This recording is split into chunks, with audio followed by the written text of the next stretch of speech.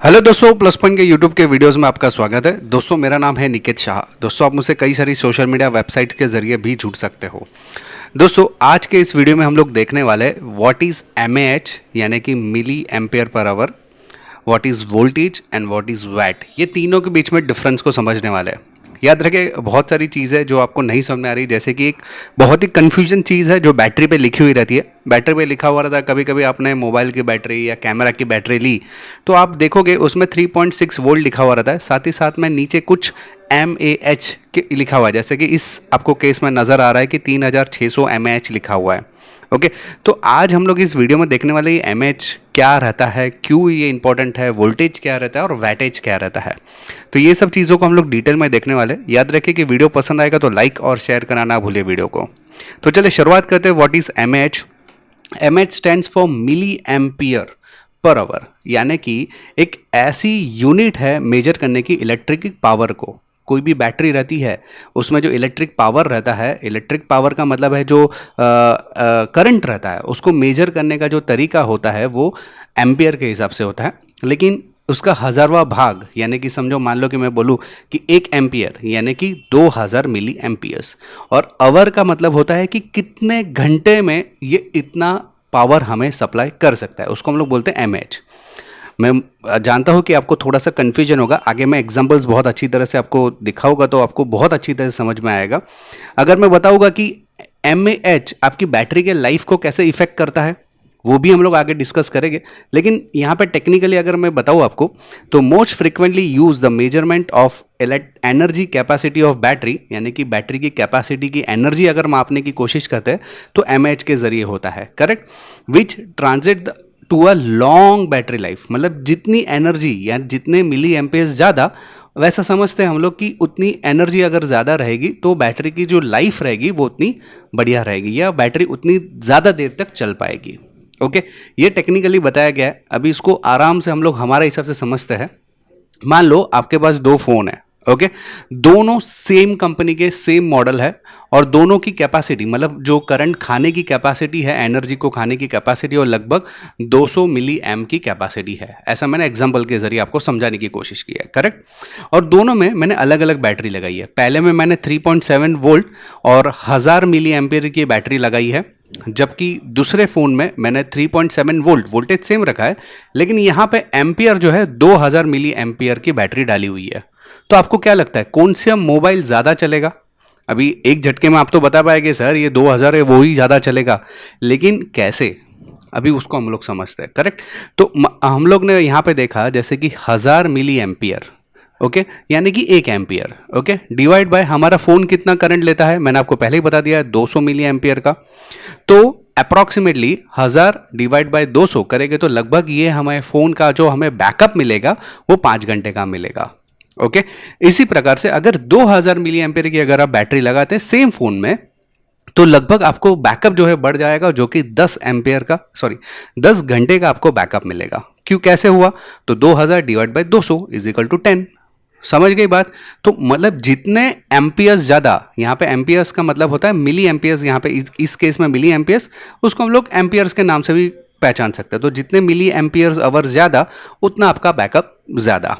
Okay, इतना समझ में आ गया। अभी समझो मैं आपको एग्जांपल के लिए समझाता हूँ कि मान लो मेरे पास मोबाइल है और मुझे एक बैटरी बैंक खरीदना है, जो एक्सटर्नल चार्जर या पोर्टेबल चार्जर जो आपको खरीदना है। तो आपको कैसे मालूम पड़ेगा कि मेरे मोबाइल के लिए यही सही रहेगा या ये खरीदूंगा तो मुझे ज़्यादा बेहतर है, ये मेरे लिए ठीक है, ये मेरे लिए नहीं चलेगा? वो कैसे मालूम पड़ेगा? चलिए उसको भी हम लोग देख लेते हैं।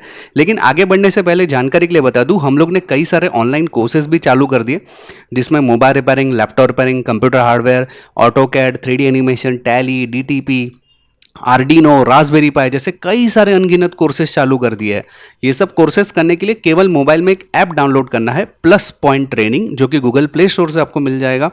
यदि आप लैपटॉप या कंप्यूटर से सीखना चाहते हो तो www.pluspointonline.com ये वेबसाइट में विजिट करके आप आसानी से ऑनलाइन कोर्सेज सीख सकते हो। अधिक जानकारी के लिए जो व्हाट्सअप नंबर है आपकी स्क्रीन पे, इस पर केवल मुझे हाई का मैसेज लिख दीजिए तो मैं आपको ऑनलाइन कोर्सेज की सारी जानकारी उपलब्ध करवा दूंगा। तो अभी आगे बढ़ते हैं। जैसे कि मैंने बताया कि पोर्टेबल चार्जर आप कौन सा खरीदोगे, तो उसको भी हम लोग एग्जांपल के जरिए समझते हैं। इसमें मेन जो चीज़ रहती है वो है चार्जिंग साइकिल। चार्जिंग साइकिल का मतलब क्या होता है, बैटरी डिस्चार्ज हो गई एक बैटरी कितनी बार या एक पावर बैंक कितनी बार हम लोग उसका इस्तेमाल कर सकते हैं हमारे मोबाइल को चार्ज करने के लिए, उसको हम बोलते हैं चार्जिंग साइकिल। एग्जाम्पल के लिए समझाता हूँ।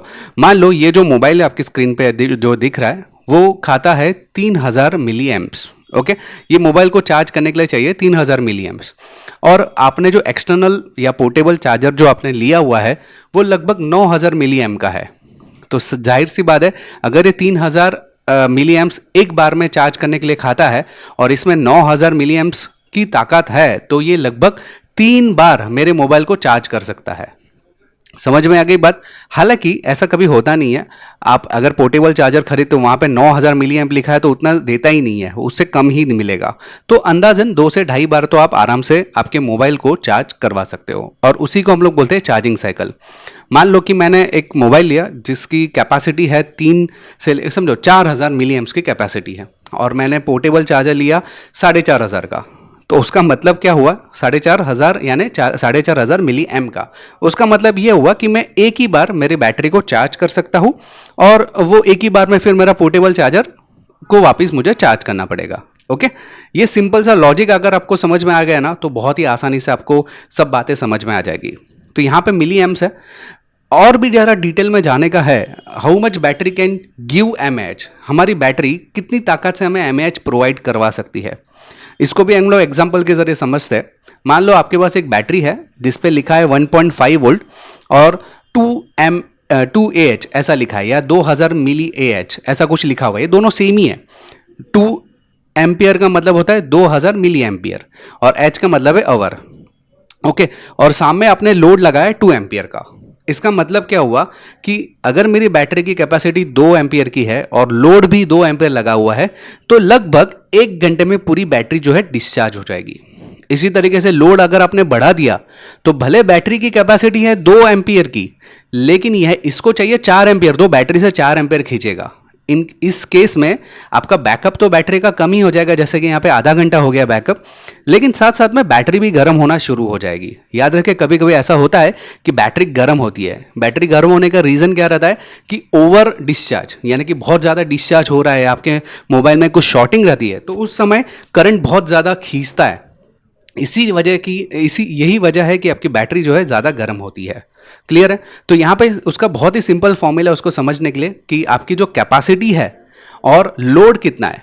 कैपेसिटी यानी कि 2 एम्पियर, 2 mAh या 2 AH, और लोड जो है समझो 4 एम्पियर का है, तो उसको डिवाइड करने पर आपको बैटरी की लाइफ समझ में आ जाएगी। जैसे कि मैंने इस केस में बताया कि 1 घंटा ये बैटरी चलेगी, और इस केस में मैंने बताया कि आधा घंटा चलेगी।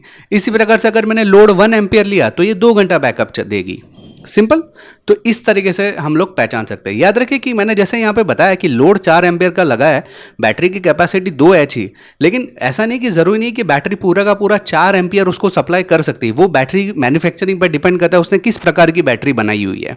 हालांकि ऐसा कोई लिमिटेशंस नहीं रहती है। 2 एम्पियर है मतलब 4 से 5 एम्पियर वो आराम से निकाल सकता है एक झटके में, लेकिन बैटरी उस केस में गर्म होगी। ठीक है, आगे बढ़ते हैं थोड़ा सा। What is voltage in a battery. अभी जैसे वोल्टेज की बात करें तो बैटरी, हर बैटरी पे लिखा हुआ रहता है वोल्टेज 1.5 वोल्ट। अभी एम्पियर तो आपको समझ में आ गया कि mAh का मतलब क्या हो गया, लेकिन वोल्टेज क्या है। तो वोल्टेज को अगर समझना है तो मैं यहाँ पे कंपैरिजन के लिए 2 बैटरी ली है।